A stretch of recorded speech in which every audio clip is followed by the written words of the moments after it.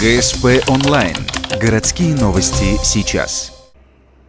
Вынесен приговор прорабу и крановщику одного из ухтинских предприятий за нарушение правил безопасности, повлекшее смерть по неосторожности. В июле 2015 года бригадир, крановщик и трое рабочих приступили к демонтажу электропроводов и опор линий электропередач. По указанию бригадира работников на высоту подняли на самодельной металлической люльке. К крюку крана ее привязали при помощи троса. И в какой-то момент трос, на который крепилась указанная люлька, оборвался, в результате чего люлька с двумя работниками упала на землю, и сверху на указанных работников упал крюк, который весит около 200 килограмм. В результате один из пострадавших скончался, второй остался инвалидом. За 2 жизни прораб и крановщик получили по 2 года условно с испытательным сроком. Кроме того, на 3 года они лишились прав заниматься производственно-технической деятельностью.